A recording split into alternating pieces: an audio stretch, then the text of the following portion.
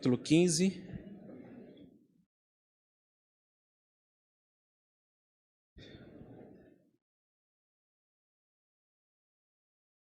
No versículo 26. Romanos 15, 26.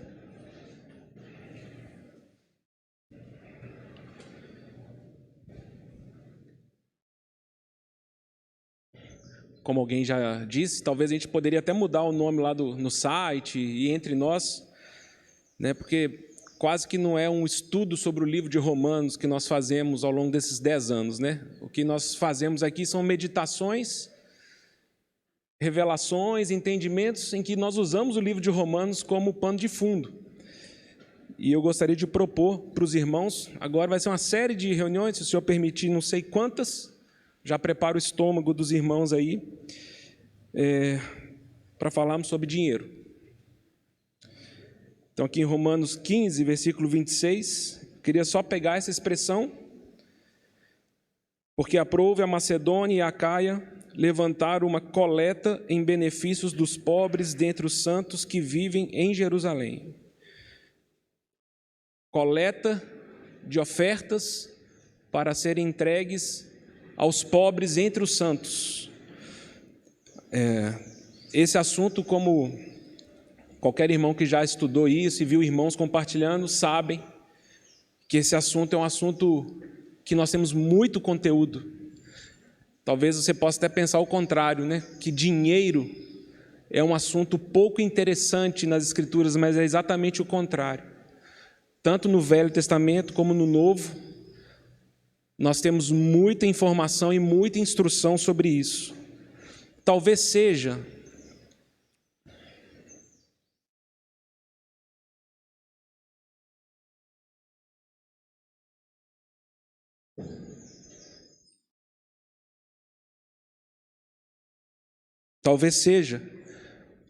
porque dinheiro seja alguma coisa muito parecida com comida e bebida. Nós não conseguimos viver sem, certo? Nenhum de nós aqui consegue viver sem dinheiro. Mesmo aquele que tenta ter a vida mais simples possível, ele precisa lidar com contas a pagar. Ele precisa saber de onde esse dinheiro que paga contas vem. Pode ser uma pessoa que recebeu uma herança e ela poderia até pensar, estou tranquilo agora, né? Os recursos que eu tenho,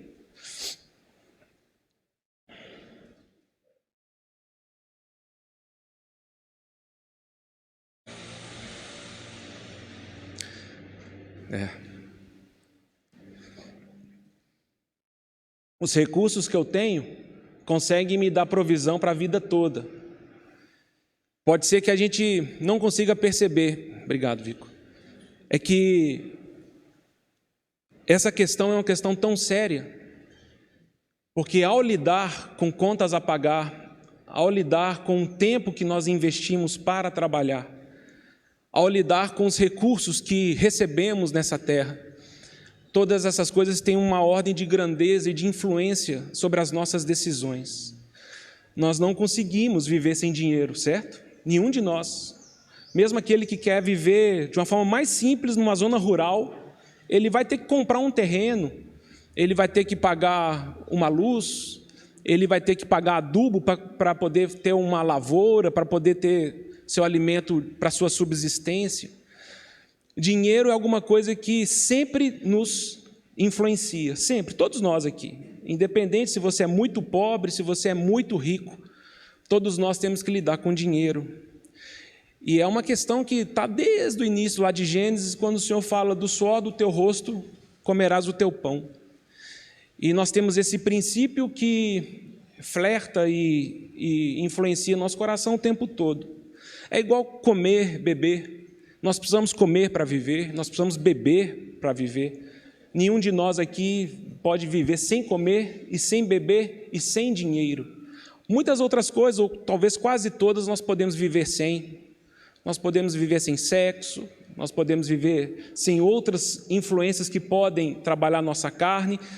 Mas o que é difícil dessas situações é que comer, beber e ter dinheiro são situações inerentes à nossa existência humana, e por serem coisas inerentes à nossa existência humana, elas talvez sejam coisas mal administradas por nós, e pior, elas são mal entendidas pela igreja. Então, como já pensamos outras vezes, comer e beber pode se transformar em glutonaria e bebedice, e dinheiro pode se transformar em avareza. São as coisas que estão sempre ao nosso redor e nos influenciam e tentam definir um caráter. Por isso que são assuntos sérios. E são assuntos, como algum irmão pode propor, são pecados permitidos. Nós não nos incomodamos com isso. Pelo contrário, existe uma influência tão forte na esfera das riquezas e do dinheiro, que quase que nós invejamos e cobiçamos e permitimos que isso esteja entre nós de uma forma desautorizada pelo Senhor. Quando Paulo está dizendo aqui de coleta aos pobres, eu queria pegar essa expressão, porque aqui Paulo vai usar 2 versículos para falar sobre oferta e dinheiro, e eu queria propor para os irmãos 3 princípios. Eu não quero cair na armadilha, porque me parece que ela é inútil, ela é perigosa e ela é legalista. De eu falar para você o que você tem que fazer. Né? Como a própria Escritura mostra, né? Cada um segundo o seu coração toma as suas decisões. Então seria perigoso, é fácil e perigoso, qualquer irmão chegar aqui na frente e falar: você precisa vender seu carro, você precisa vender sua casa, você não pode vender isso, você não pode ter esse relógio. Isso não funciona. Com certeza absoluta isso funciona individualmente. Com certeza absoluta o Espírito Santo quer te ensinar o que você pode e deve fazer com os recursos que você tem nas suas mãos. E provavelmente cada um de nós tem uma profundidade, uma realidade, uma experiência diferente. E medirmos uns aos outros é terrível. Então eu não quero propor aqui situações práticas, porque nós podemos errar a mão. Como também, irmãos, suportem-me nessa situação. Já estou falando isso, fazendo provisão para as próximas mensagens. Pode ser que alguma situação que eu fale, você fala assim: falou isso para mim. E não é para você que eu estou falando. Pode ser que você fale: está dando indireta para mim. Se o Senhor confirmar isso para você, amém. Se o Senhor não confirmar, vida que segue. Mas é difícil falarmos de coisas práticas do cotidiano, sem que isso, às vezes, acerte em cheio a nossa vida prática do cotidiano. Mas eu queria que os irmãos me dessem esse voto de confiança. Não vim aqui na frente para falar para uma pessoa ou para alguma situação. Eu vim aqui propor para os irmãos, cada um de nós. E aí eu me coloco como o primeiro da fila, que nós precisamos pedir ao Senhor que Ele volte a sensibilizar nosso bolso. É importantíssimo. Temos uma mente que se renova e temos essa condição de permitir que o Senhor também renove o nosso entendimento com respeito ao nosso propósito de vida e ao tempo que o Senhor tem nos dado nessa terra. Então, se o Senhor permitir, hoje eu gostaria de dar um motivo para que nós devemos ofertar, ou devamos ofertar, que está relacionado à dimensão individual. Eu queria falar para os irmãos, por que nós ofertamos? Porque pegamos dinheiro, ou bens, ou riquezas que nós temos e damos para os outros. Me parece, e eu estou querendo propor isso para os irmãos, três princípios. O primeiro princípio é individual, relacionado ao nosso coração. Se o Senhor permitir, numa próxima sessão, queria falar de um princípio social, aquilo que o Senhor espera de nós, olhando uns para com os outros. E um terceiro princípio de oferta é um sinal escatológico com respeito ao reino de Deus e ao reino das trevas. Está relacionado ao propósito de Deus no planeta, algo muito maior do que nós conseguimos entender. Se os irmãos prestarem atenção, nós cantamos no final dessa reunião um texto de Apocalipse 15, Rei das Nações. Ali é um cântico do Cordeiro e o cântico de Moisés. E os vencedores da besta estão cantando o que nós cantamos nessa manhã. Irmãos, prestem atenção. Um dia o reino desse mundo será do nosso Senhor. Ele será o Rei das nações. Todas as coisas já são dele. Quando ele é assunto aos céus, ele fala: toda autoridade me foi dada, toda exousia, todo poder está nas minhas mãos. Isso inclui o dinheiro. Isso inclui as riquezas, isso inclui as demandas e as solicitudes da nossa vida nessa terra. Não há uma influência, um poder ou uma potestade que é maior do que o nosso Senhor Jesus. Essa é uma das âncoras que precisa estar na nossa fé.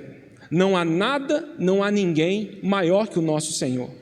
Todo o poder lhe foi dado, nos céus e na terra. Quando o Renato fala das eleições ou do pavor que podemos ter de várias coisas, nós precisamos lembrar dessa verdade. Não há nenhuma situação acima ou que se compara com o Senhor Jesus. Mas se a nossa fé perder essa verdade, nós passaremos a adorar uma outra potestade. Um outro Senhor será o nosso Deus. E eu gostaria de ler com os irmãos Mateus capítulo 6, versículo 19.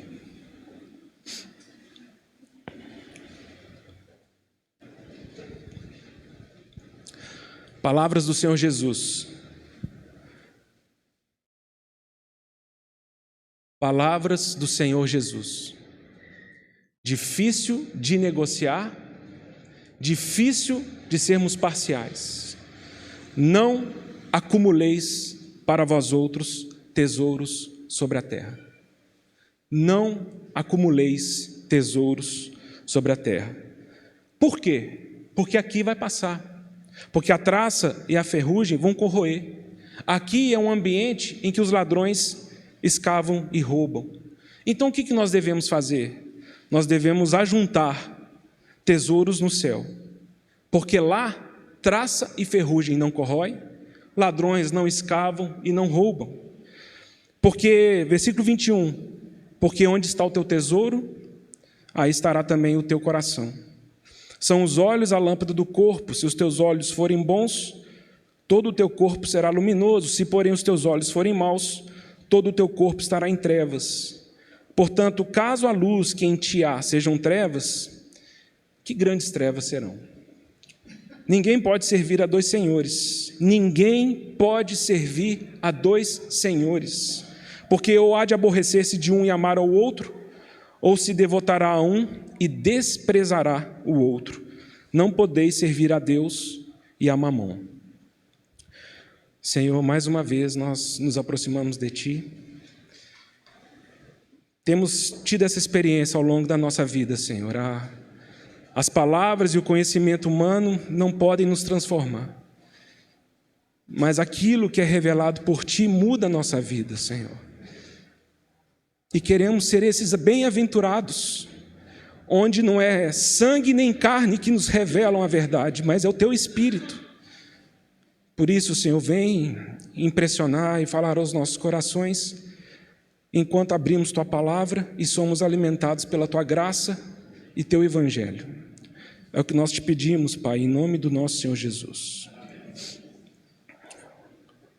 Eu recordo que desde que estudamos Sermão do Monte, nós falamos disso, e eu acho que eu tenho falado isso algumas vezes para os irmãos, porque me impressionou muito desde aquela época, e tem sido muito recorrente nas minhas meditações, esse fluxo, essa lógica que o Senhor Jesus propõe aqui em Mateus 6.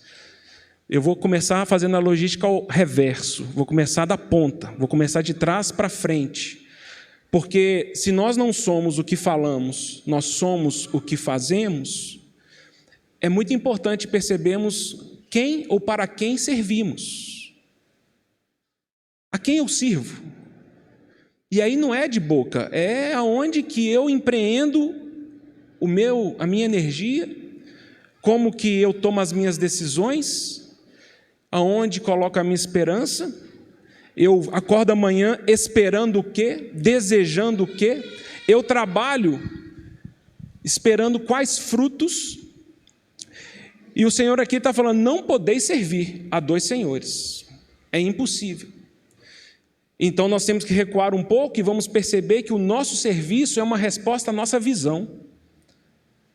Aquilo que nós entendemos que é precioso. Aquilo que nós enxergamos como diretivo.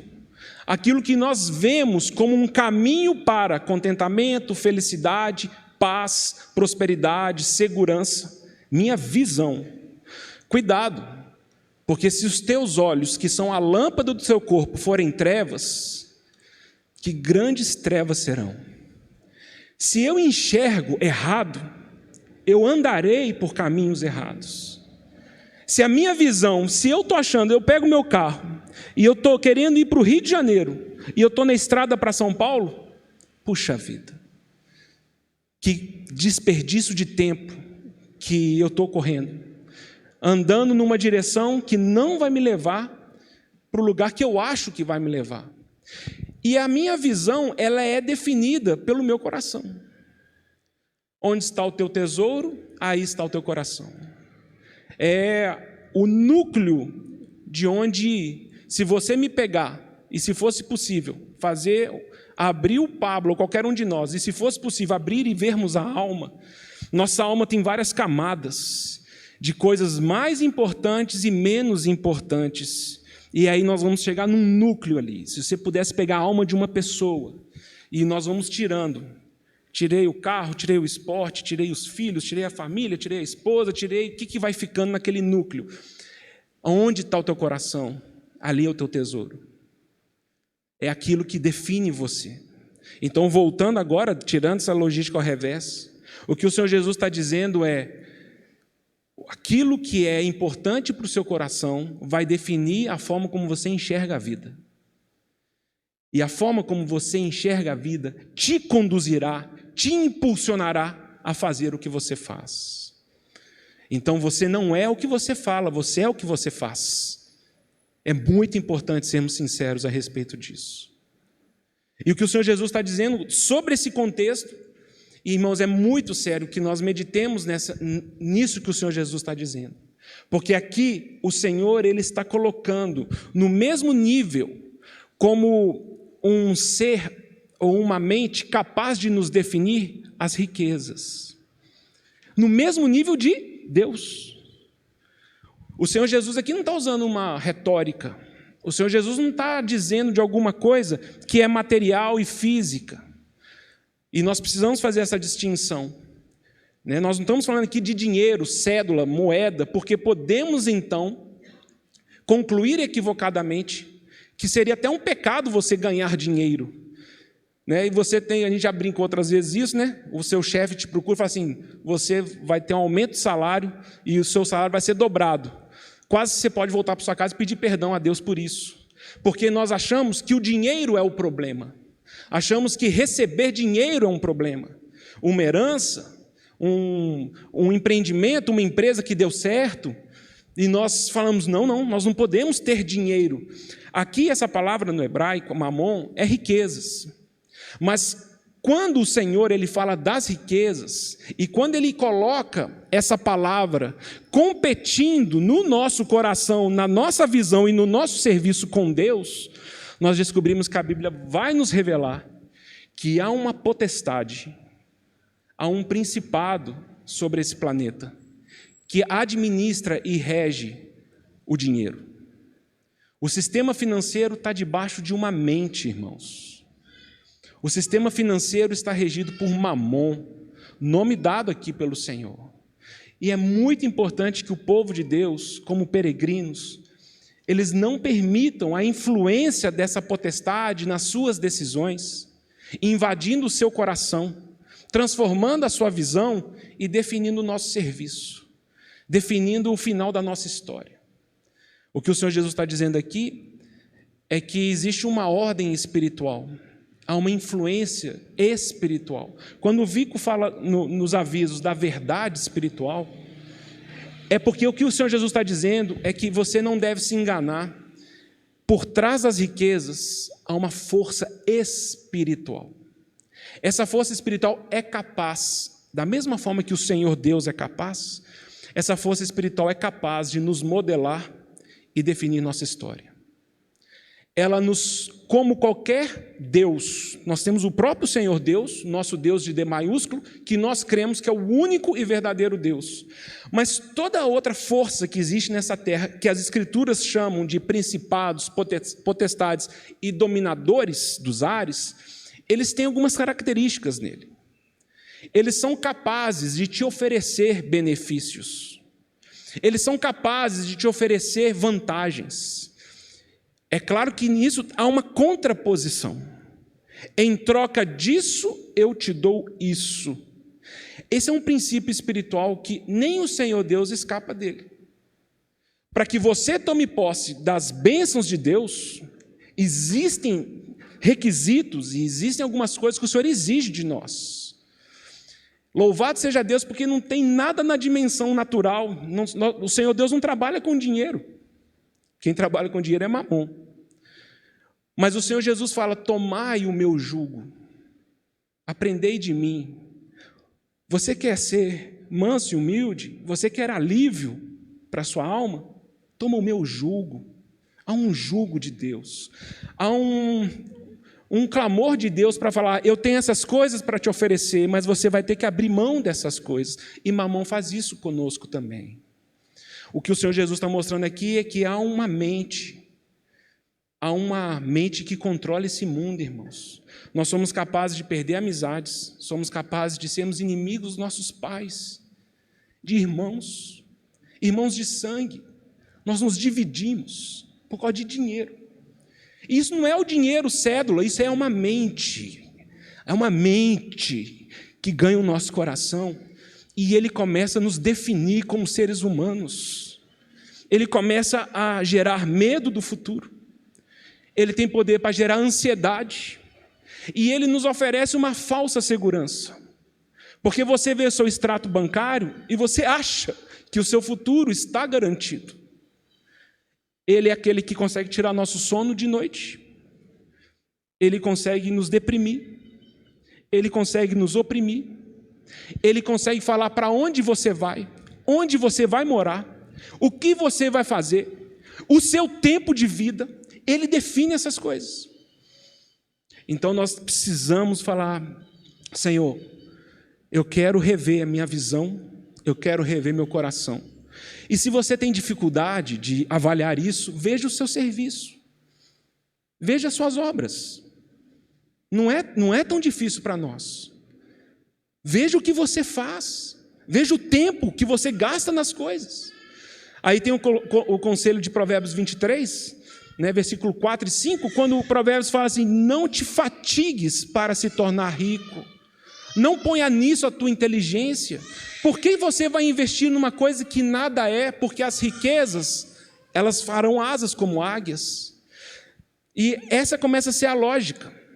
Mamon, ele oferece e nós temos que escolher. E é Mamon que se insinua por trás do diabo na tentação do Senhor no deserto também. Se você se prostrar e me adorar, eu te darei as glórias das nações. E nós começamos a compreender e achar que a glória dos homens é mais importante, mais urgente que a glória de Deus.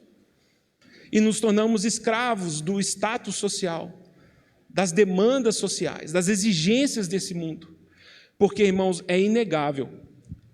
Um dos poderes que Mamon tem é de emprestar influência e autoridade por meio de dinheiro e riquezas. Sempre foi assim. Tiago, ele escreve aos seus leitores no capítulo 2 falando isso: irmãos, não façais distinção entre vós. Eu estou rogando em nome do Senhor Jesus. Entram duas pessoas pela porta, um com anéis de ouro, trajes de luxo. Vocês falam: senta aqui no lugar de honra.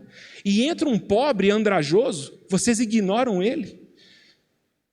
Isso foi desde sempre, irmãos. Porque nós vamos descobrir que eu tendo dinheiro, isso me dá um caminho de poder. Esse carro eu compro, essa casa eu tenho. Eu consigo ter servos, eu consigo contratar pessoas. Não estou preocupado com as flutuações da economia. Inclusive, eu sou tão rico que se o Lula ganhar, eu vou embora, vou para Miami. Se o PT ganhar, não tem gente que tem essa condição? Eu não preciso viver aqui. Mas vejam bem, irmãos, o que o Senhor está dizendo, vejam se não é sério isso. O Senhor está dizendo assim: cuidado, porque Mamon e o Senhor Deus, eles estão, entenda o que eu quero dizer, entre aspas, competindo. Eles estão querendo propor o seu destino e a sua história. E eu vou te falar uma coisa: quando você escolhe um, você odeia o outro. É dura essa palavra, esse discurso do Senhor.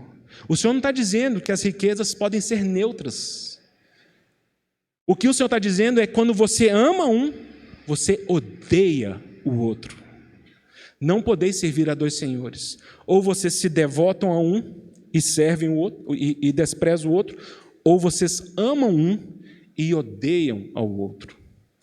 Então a questão para nós é que se uma pessoa começar a ser enchida pelo Espírito Santo, uma pessoa que está engajada com o reino de Deus, olhando para frente, sabendo que em breve o Senhor há de manifestar sua justiça nessa terra, e que toda injustiça e desgraça que Mamon compartilha nessa terra, matando pessoas de fome, destruindo o homem, fazendo o homem entrar numa humanidade tão desumana. Já falei isso com os irmãos, né? O Matheus Ribeiro vai lembrar, na época da livraria, a gente ajudou uma ação social aqui em Belo Horizonte, né? A Child's Fund, que, né, oferta para crianças e faz recursos. Você lembra? Se apadrinha crianças. E quando a gente foi lá visitar, eu fui lá visitar, eles falaram assim: não, a gente voltou agora de uma viagem ao Vale do Jequitinhonha. Nós estamos falando de meninas de 10, 11 anos que se prostituem, em troca de 2, 3 pescoços de galinha, para poder fazer uma canja, para voltar para sua casa e comer com seu pai. É Mamon oprimindo a humanidade, é Mamon humilhando os homens, é o Mamon humilhando a humanidade e falando assim: eu tenho poder, e se você for cheio da minha autoridade, Mamon, você poderá ordenar, você vai poder viver, você vai poder fazer suas escolhas, você não vai comer pescoço de galinha, você vai comer caviar. Você não vai precisar se preocupar com essas coisas. Por quê, irmãos? Nós aqui vivemos num país subdesenvolvido. Somos igreja do Senhor Jesus no Brasil. Temos os desafios práticos aqui. Andamos na rua e temos muitas pessoas pedindo o tempo todo. Não é? Nós não estamos na Suíça. Nós não estamos no Japão. Nós não estamos nos Estados Unidos, onde é considerado primeiro mundo, onde os indicadores sociais são altos. Nós vivemos num país pobre, num país miserável. Pessoas no nosso lado, sendo oprimidas por Mamon. E o Senhor Jesus fala: você não pode amar isso. E eu quero deixar bem claro isso para você, sem negociação. Quando você ama as riquezas, você odeia a Deus. É o que o Senhor, é que João fala em 1 João, quando amamos o mundo, o amor do Pai não está em nós. É o que Tiago fala em Tiago 4:4. Não compreendeis que a amizade do mundo constitui inimizade com Deus? Se somos amigos do mundo, nos tornamos inimigos de Deus. Os irmãos percebem a violência do discurso do reino de Deus. Não dá para eu participar do reino de Deus domingo e amanhã ir para o reino das trevas. Eu estou sendo enganado. Mamon fala: tem problema nenhum, vai para o culto, dá 10% do seu salário, mostra que você é fiel. Os outros 90%, faz o que você quiser, ué. Vive a vida que você quer. Amados, lembrem de 2 Pedro 2, versículo 1 a 3. Porque surgirão falsos mestres, que introduzirão heresias de uma forma dissimulada, e eles vão nos afastar do senhorio de Cristo. E por causa deles, a verdade, o caminho da verdade será infamado, e movidos de avareza, farão comércio de vós, com palavras fictícias. Não é brincadeira, irmãos. Mamon, ele está no nosso meio. Mamon está dentro do nosso coração. Ele tem poder para fazer a nossa vida miserável. E o que é diabólico é que nós servimos a Mamon achando que o dinheiro nos serve. E é exatamente o contrário. Mamon ri de nós, fala: você que me serve. Eu te prometi, você comprou. A sua vida agora, a sua agenda de vida é trabalhar esse ano todo para poder comprar uma casa. Sua agenda de vida, você levanta de manhã e o seu alvo de vida é adquirir para fazer, para viver. E que o Senhor Jesus está dizendo aqui é, quando você ama um, você odeia o outro. Porque talvez o Senhor fala, esse dinheiro que está na sua mão, por que você não consagra para o meu reino e usa para os meus interesses? E nós falamos, mas e os meus sonhos? E a segurança da minha família? E as minhas expectativas? Bem, então você está trabalhando uma fé com valores de Mamon. Os irmãos, Colossenses 3,5, Efésios 5,5, Paulo fala claramente que a avareza é idolatria. A avareza é idolatria. É servir a um ídolo. É servir a um falso Deus. E o que é a avareza? Eu fui ver no Strong's essa palavra no grego. Olha só como ela é simples. Ao mesmo tempo, ela é bastante desafiadora para nós. Essa palavra no grego, avareza, é a junção de duas palavras, que significa ter mais. Avareza é o desejo de ter mais. Só mais um pouco. Eu vou ajuntar para ter mais. Eu vou juntar para poder ter uma casa do campo. Eu vou juntar para poder ter uma segunda moto. Eu vou juntar para ter um carro do ano. Ter mais. Eu vou juntar para dar um apartamento para o meu filho quando ele poder casar. Ter mais. Ter mais. E essa avareza, sabe o que faz conosco? É matemático. Se eu estou com uma mente de ter mais, como eu oferto? Porque quando eu oferto, eu tenho menos. Como é que eu consigo olhar minhas finanças e entregar isso ao Senhor, se quando eu faço isso, eu tenho menos? Avareza é ter mais. E Paulo fala, a estrutura de Colossenses 3,5 e Efésios 5,5 é muito parecida, irmãos. Paulo em Efésios 5 ele fala assim, e que ninguém vos engane com palavras vãs, que ninguém vos engane, que ninguém floreie, que ninguém anestesie, que ninguém amacie as coisas. É sobre essas situações que vem a ira de Deus sobre os filhos da desobediência. Impureza, incontinência, avareza. Que ninguém te engane. Avareza é idolatria. A partir do momento que o seu coração decide ter mais, você abre seu coração para que Mamon te influencie e defina o teu futuro. Colossenses 3,5 é a mesma estrutura. Paulo usa inclusive a mesma expressão. Fazei, pois, morrer a vossa natureza humana, a vossa natureza terrena. Porque a avareza é idolatria. E sobre essas pessoas vem a ira de Deus. Então, irmãos, por que ofertamos? Por que ofertamos? Quem de nós aqui quer ter menos? Ninguém quer ter menos. A lógica não é essa lógica contábil. A lógica é entender aonde nós glorificamos a Deus. Porque estamos nessa terra e porque vivemos nessa terra. Temos falado, e é bem conhecido por nós, é o que me parece que acontece com o jovem rico. Principalmente, eu achei, relendo ali os evangelhos, Mateus, Marcos e Lucas contam a história do jovem rico, e algumas coisas me chamaram a atenção em Marcos, no evangelho de Marcos, Marcos capítulo 10. Porque lá em Marcos vai dizer que o jovem rico, quando foi conversar com o Senhor, ele se ajoelha diante dele. Ajoelhando-se aos pés do Senhor Jesus. Esse jovem fala, bom mestre, o que eu posso fazer para herdar a vida? E conhecemos a história, o Senhor fala, você precisa obedecer os mandamentos. E ele fala, eu faço isso, mestre, eu já faço isso.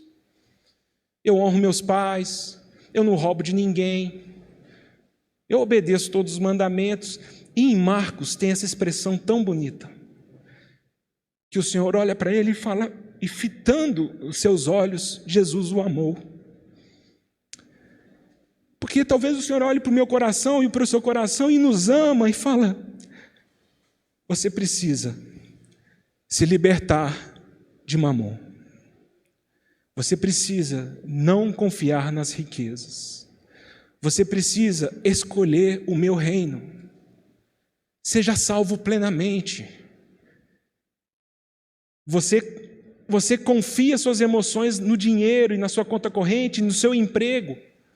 Não faça isso. E o Senhor fala para esse jovem: vamos fazer o seguinte, vende todos os seus bens e segue-me. E aí a história termina com Marcos falando que esse jovem, e eu fico imaginando esse jovem então se levantando, limpando os joelhos, estava ajoelhado na terra, limpando os joelhos.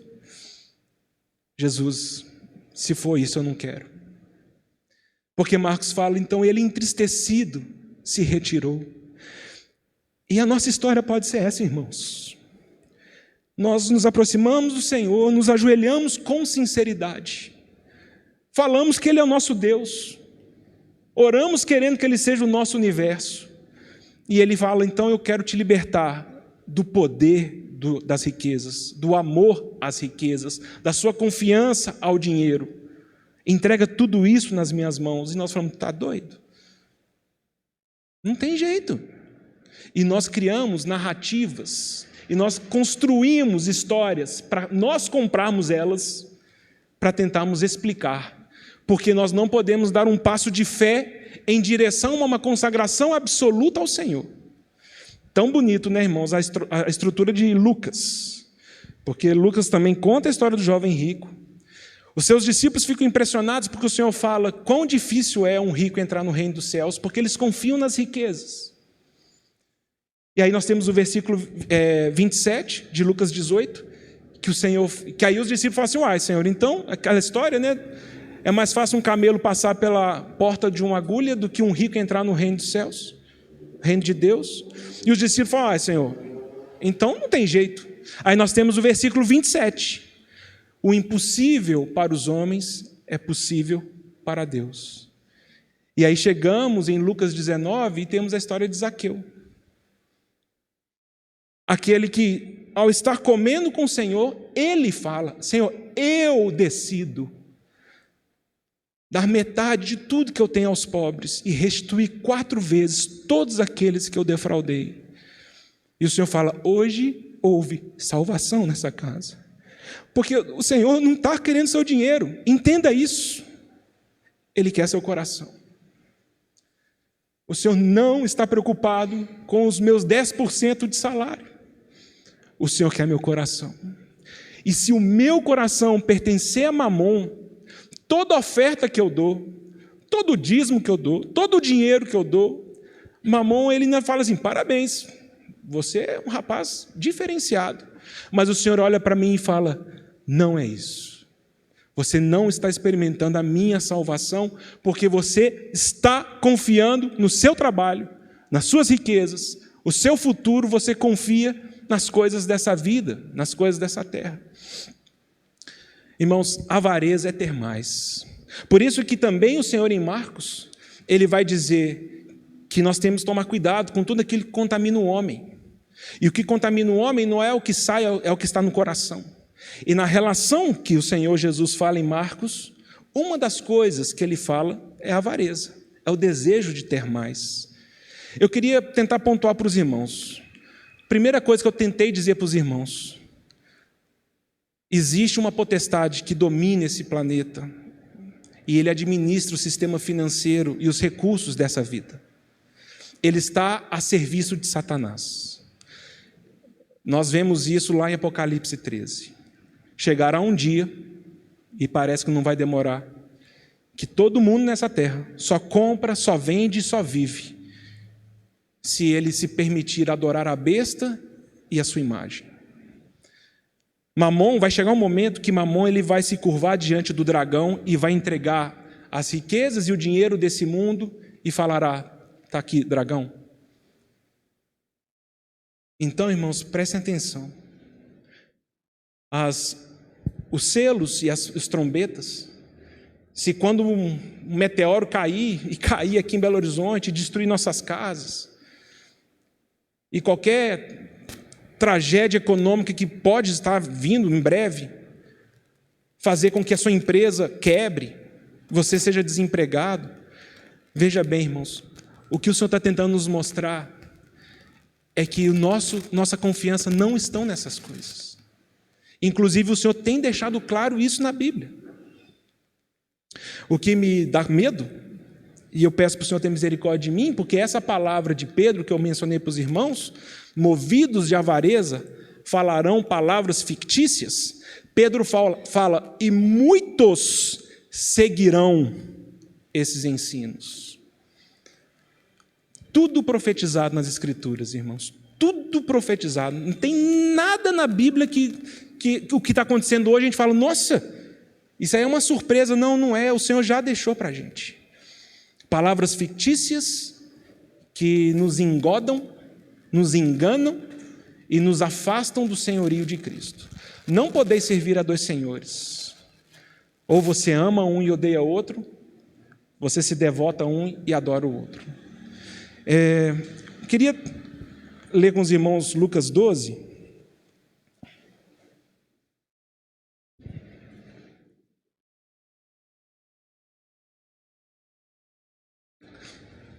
Para a gente fechar esse pensamento.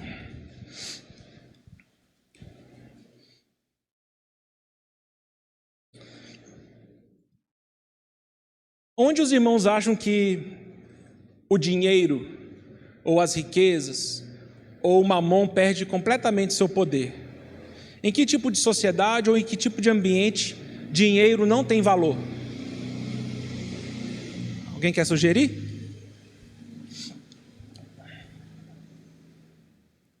Onde tudo é de graça. Onde tudo é de graça, o dinheiro não tem poder. Onde eu recebo, não porque eu faço ou porque eu mereci, mas porque meu Deus se importa comigo.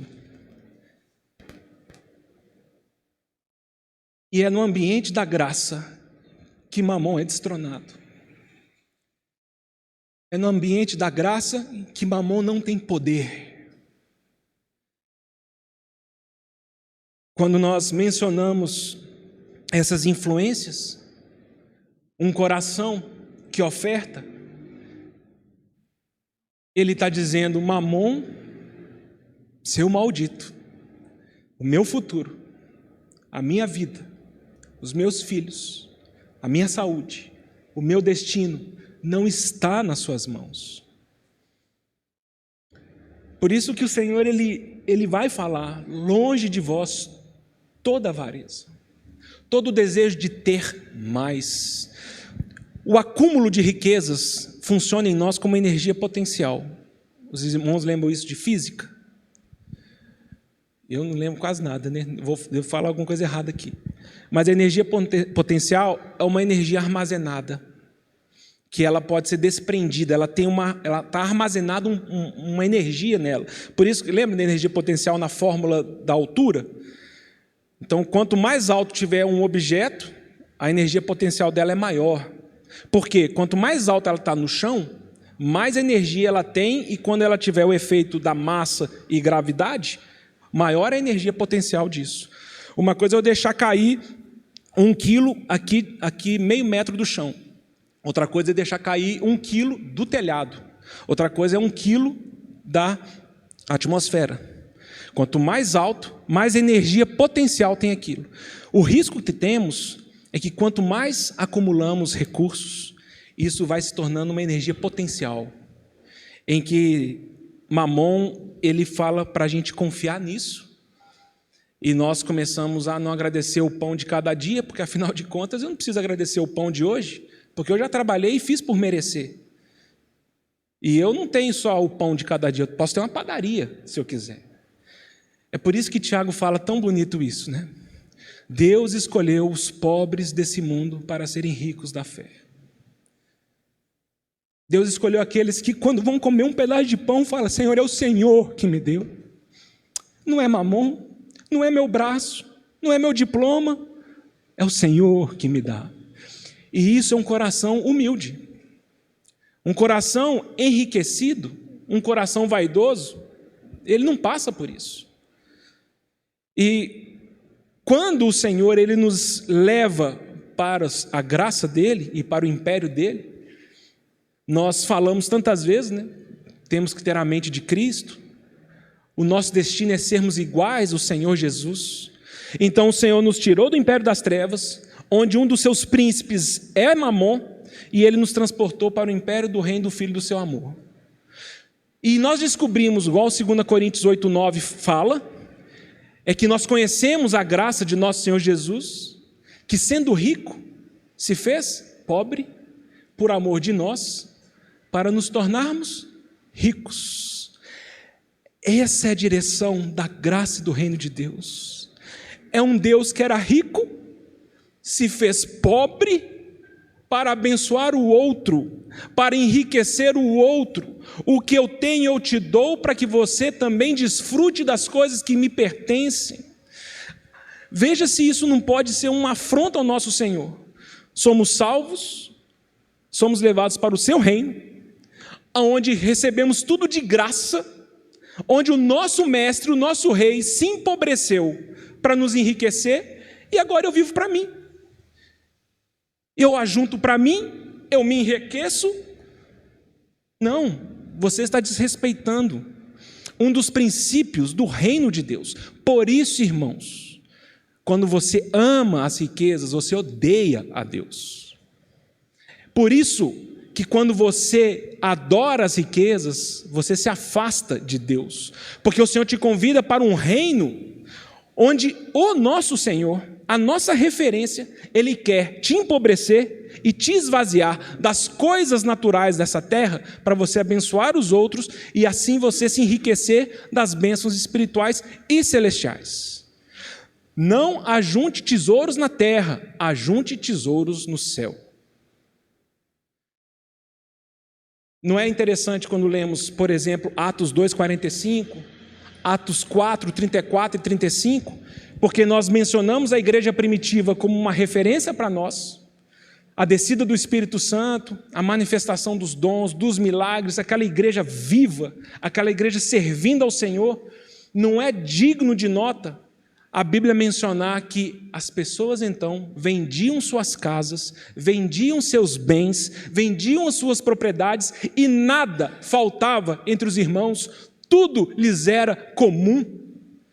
Aí nós vivemos uma época que nós queremos ser cheios do Espírito Santo, queremos que o Senhor nos use para fazer sinais, queremos que o Senhor nos use para operar milagres, queremos que o Senhor nos dê poder e vida espiritual, mas vender minha casa? Vender meus bens? Dar para os outros? Não encaixa.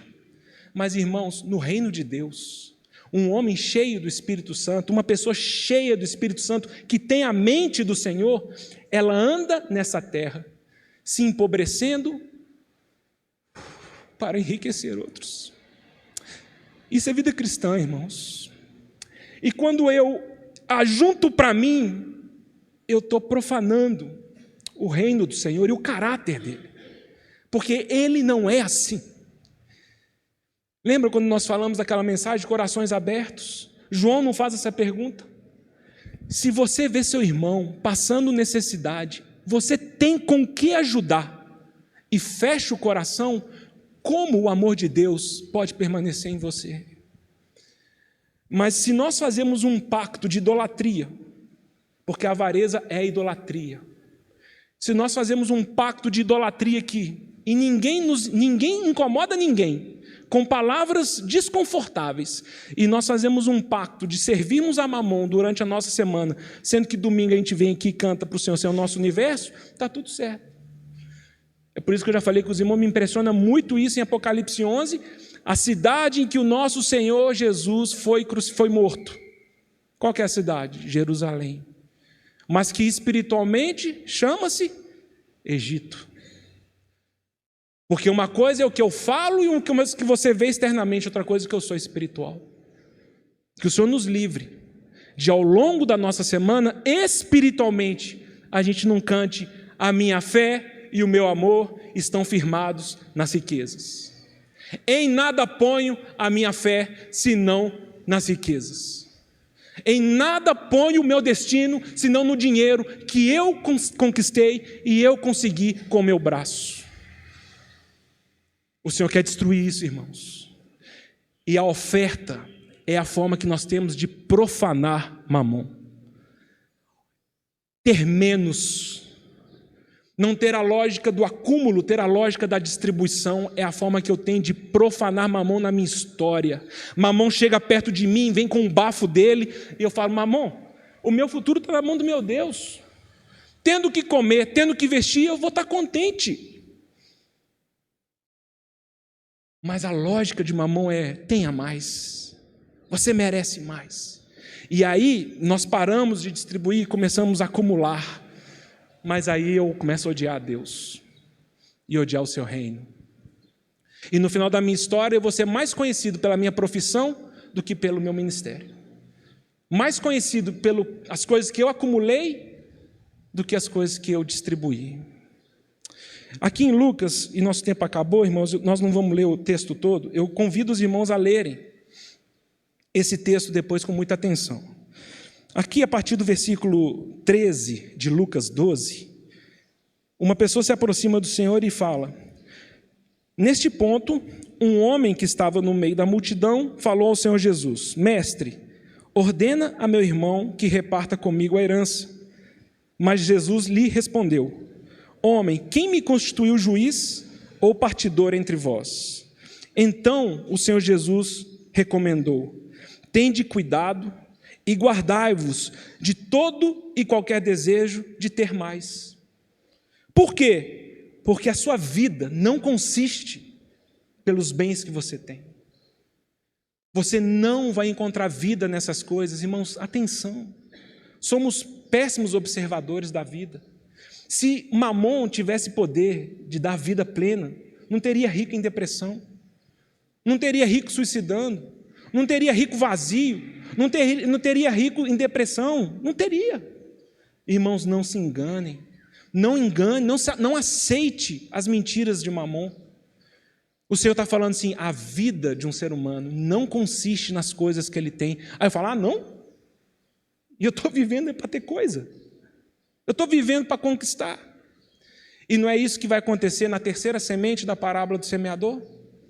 A semente plantada ali, em que os espinhos cresceram mais do que o fruto, de maneira que os espinhos sufocaram, e aquela semente se tornou infrutífera. E o Senhor explica que são esses espinhos. São os cuidados dessa vida, são os fascínios da riqueza e são os deleites desse mundo. Trabalhei tanto essa semana, eu mereço um final de semana para descansar. Aí pensa bem, nenhuma crítica, tá, irmão? Nem sei se tem gente aqui assim. Mas aí a gente compra uma casa de campo. Aí você compra uma casa de campo. Se você trabalha de segunda a sexta, você vai para essa casa de campo quando? Tem que ser sábado e domingo, né?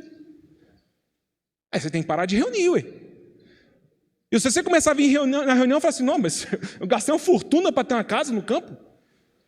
Uma casa no meio da natureza, com um riacho e floresta, e pássaros, e arara, e bichinhos silvestres. Quem não gostaria de morar num lugar desse? Eu gostaria. Mas se o meu coração for enganado e eu começar a achar que nisso a minha vida vai fazer sentido, os deleites dessa vida serão esses espinhos que vão me sufocar e eu não vou produzir fruto ao Senhor. Desliguei, gente. Ninguém viu aí? Todo mundo olhando. Irmãos, atenção. A vida do homem não consiste nos patrimônios e nos bens que tem. Nós somos acostumados, eu trabalho com marketing, né?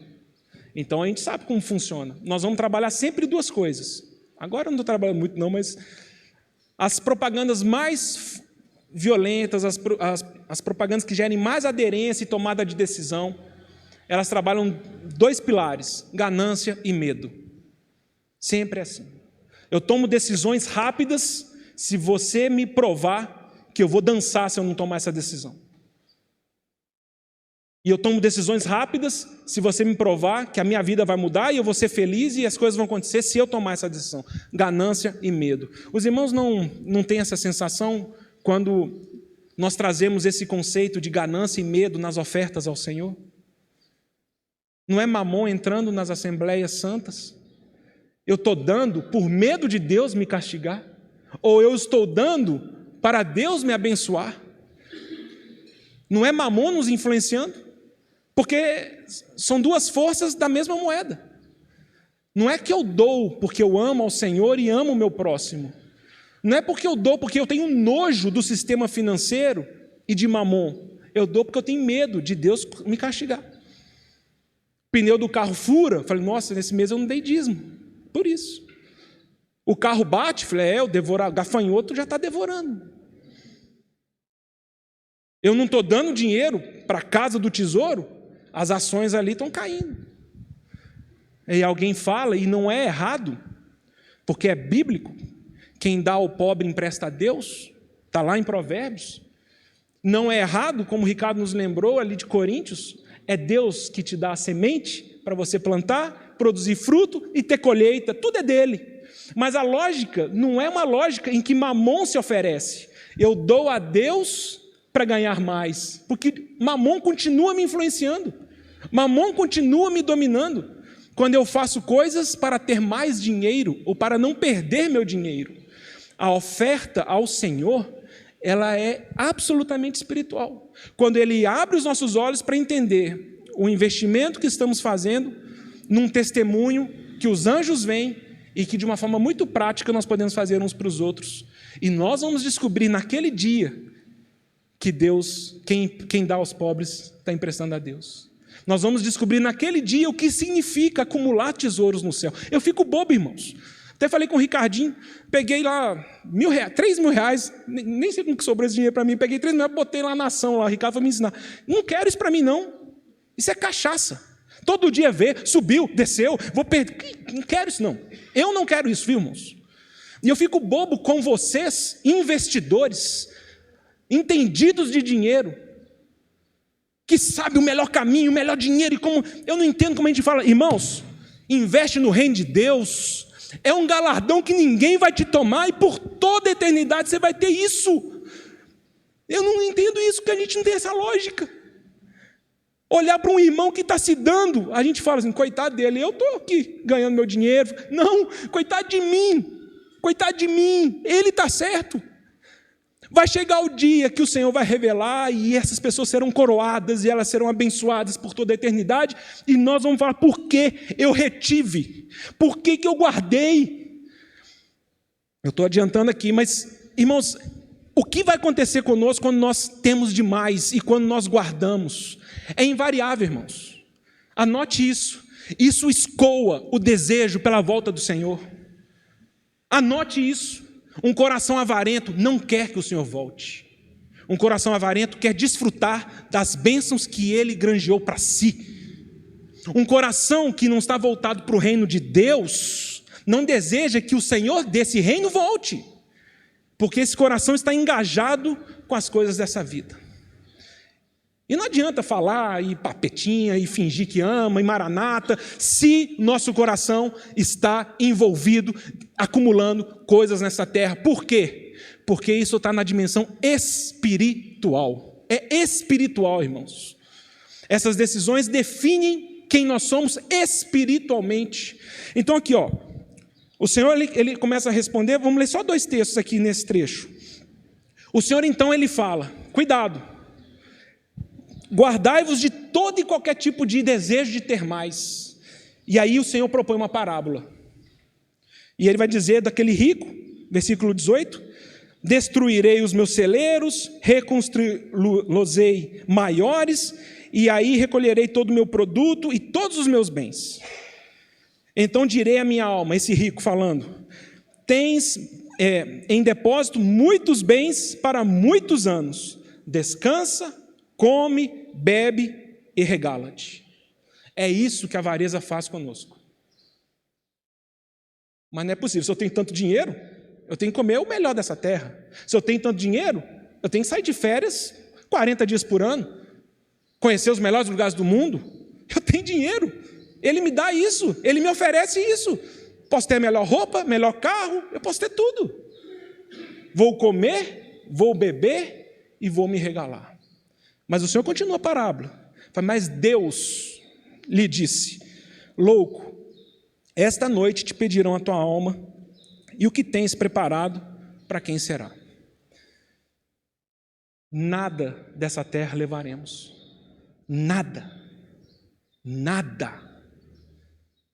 que aquele dia não seja um dia que nossa loucura seja manifesta. E o Senhor Deus fala: cara, tudo que você preparou não foi para mim. Carro, casa, patrimônio, aplicação, dinheiro, nem nada disso eu levo. Nada, nada, irmãos. Aí nós não cremos que nós vamos morrer, nós não cremos que o Senhor vai voltar, e nós vivemos hoje aqui. Aí sabe o que vai acontecer? Você vai ficar doente, você vai pedir para os irmãos oração para não morrer, clamar para que não aconteça nada com você, porque afinal de contas eu tenho muita coisa para viver nessa terra ainda. Sabe por quê, irmãos? Porque você odeia o reino de Deus.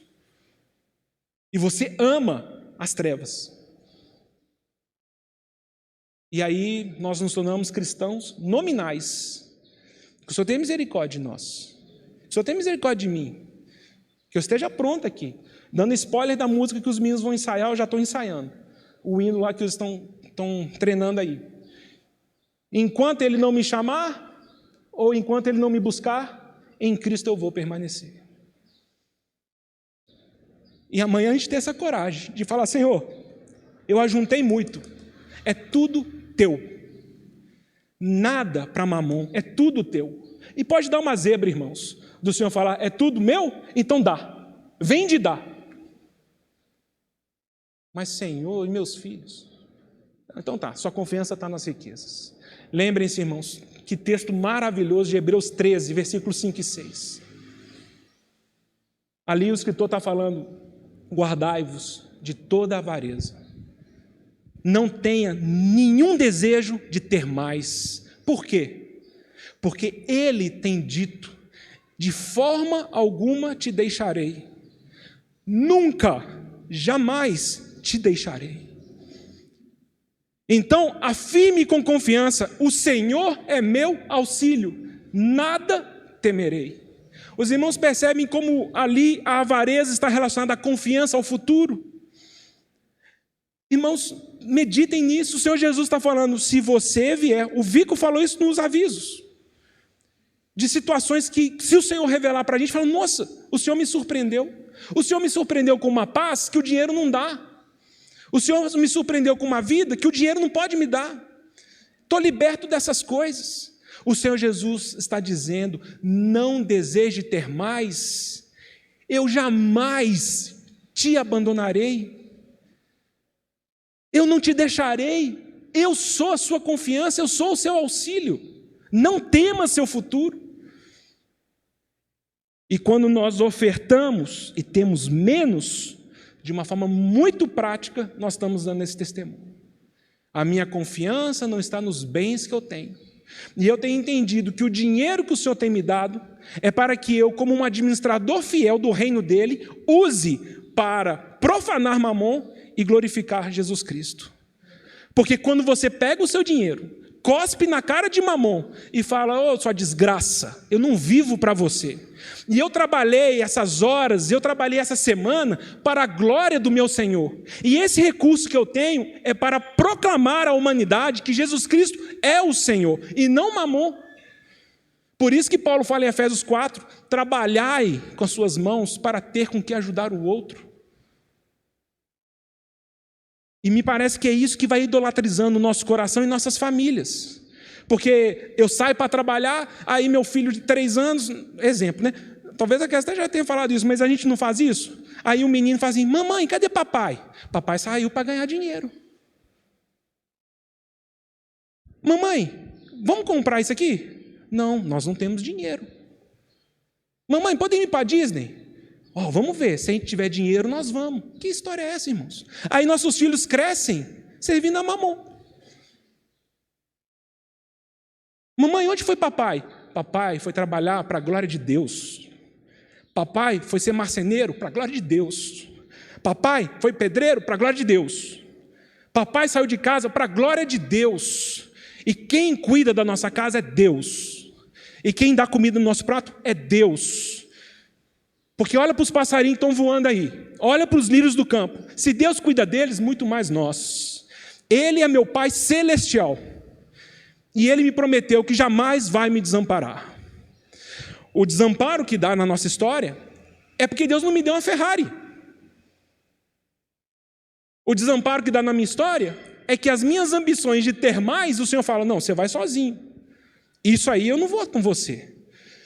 E nós perdemos nossa saúde, alguns de nós perdem a família, perdemos nossos filhos, perdemos nossa vocação espiritual por causa de dinheiro.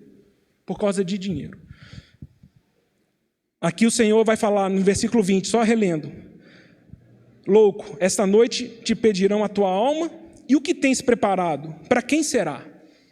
Assim é o que entesoura para si mesmo e não é rico para com Deus. Irmãos, depois leiam o texto todo, porque o Senhor ele continua. Nós temos esse problema que às vezes o intérprete, o tradutor, ele vai cortando o texto para nós e a gente acha que são outras coisas. Mas esse discurso do Senhor vai quase até o final do capítulo 12. O Senhor ele vai falar, vamos ler aqui, versículo 29. Não andeis a indagar o que haveis de comer ou beber, e não vos entregueis às inquietações. Por quê? Porque são os gentios que buscam essas coisas. São aqueles que não têm Deus que buscam essas coisas. São aqueles que não têm esperança no futuro. São aqueles que não ouviram acerca do reino de Deus. São aqueles que não conhecem a eternidade em Cristo. São aqueles que não conhecem o reino milenar do Senhor. São aqueles que não conhecem a Deus. Eles que ficam desesperados. E o Senhor Jesus fala, vocês não. Vocês não podem viver assim. Buscai, versículo 31, buscai antes de tudo o seu reino, e essas coisas vos serão acrescentadas. Versículo 33, vendei os vossos bens e dai esmolas, fazei para vós outros bolsas que não desgastem, tesouro inextinguível nos céus, onde não chega o ladrão, nem a traça consome. Porque onde está o vosso tesouro, aí estará também o vosso coração.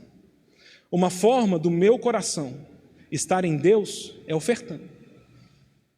É ofertando. E não é dando 10% e indo embora, né, irmãos? É falar, Senhor, está tudo aqui. O que o Senhor quer fazer? Como o Senhor quer administrar essas coisas? Onde está o teu tesouro, está o vosso coração. Aí, olha a continuação do texto, o Senhor continua falando, versículo 35. Cingidos estejam os vossos corpos e acesas as vossas candeias. E aí o Senhor começa a falar da sua volta. E ele é duro, ao ponto de Pedro falar, o Senhor está falando isso para a gente ou para os incrédulos? E aí vamos ler aqui, versículo 41. Pedro perguntou, Senhor, proferes essa parábola para nós ou também para todos? Versículo 42, disse o Senhor, quem é, pois, o mordomo fiel e prudente, a quem o Senhor confiara os seus conservos, para dar-lhes o sustento a seu tempo? Bem-aventurado aquele servo a quem seu Senhor, quando vier achar, fazendo assim. Verdadeiramente vos digo que lhe confiará todos os seus bens. Mas se aquele servo disser consigo mesmo, meu Senhor tarda em vir, e passar a espancar os criados e as criadas, olha essa expressão, que é a mesma expressão que o louco disse, e a comer, a beber e a embriagar-se.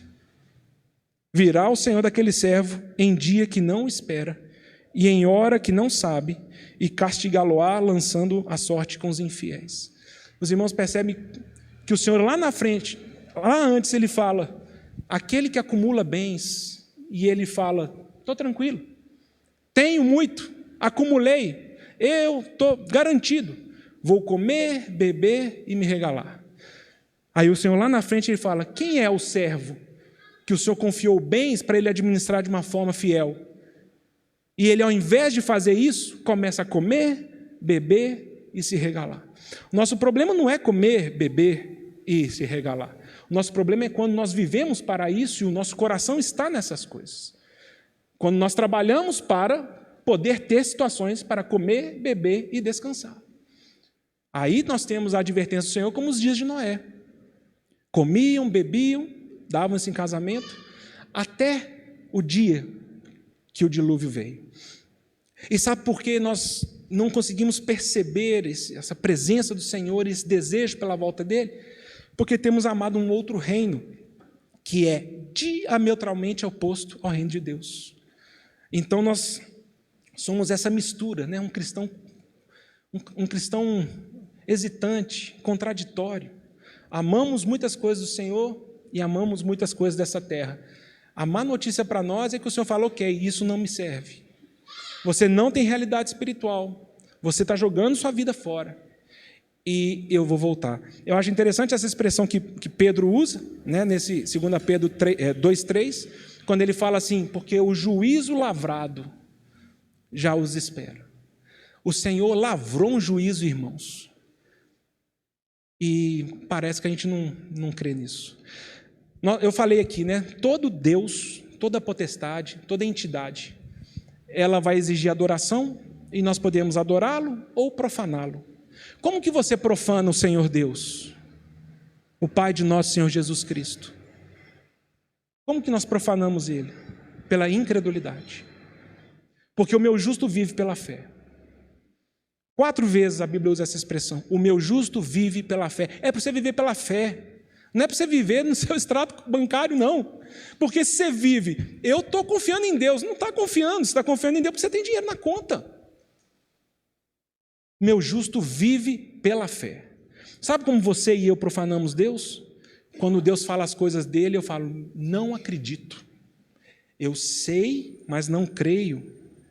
Pedro está falando, há um juízo de Deus que está lavrado, estabelecido, porque importa que o homem morra uma única vez, depois disso, juízo. Todos nós compareceremos perante o tribunal de Cristo. Você crê nisso?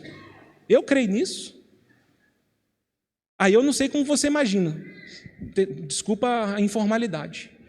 Mas às vezes já aconteceu quando a gente vai em banco, vê algumas coisas assim, né? Aí o senhor fala assim, Pablo, vamos falar sobre dinheiro? Aí um anjinho vem assim, ó, aí ele liga a impressora, aquelas impressoras grandes, começa a imprimir. E eu olhando e falo, não, esse aqui é o extrato bancário seu. É só o seu extrato bancário. Vamos pôr na mesa aqui, ó. Mostra aqui o que você fez por mim e o que você fez por você. Você acha que o seu extrato bancário não fala quem você é? Você acha que o seu extrato bancário não fala nas coisas que você tem definido a sua existência? Pegar o extrato ali e abrir lá, investimentos, 320 mil, aplicações, 120 mil. Vai falar, daqui a uns 5 anos, se tudo der certo, eu vou pegar isso, vou comprar isso, vou fazer isso. Louco. Vão pedir tua alma. Você tem preparado o quê? Para quem? Que o Senhor fale aos nossos corações. Esse assunto não é pequeno, irmãos. Esse assunto define nosso futuro. Paulo vai dizer para Timóteo que há uma promessa de vida para cada um de nós. Não é só uma promessa de vida para o que há de ser, mas para o que é. Há uma promessa de vida de Deus para nós hoje.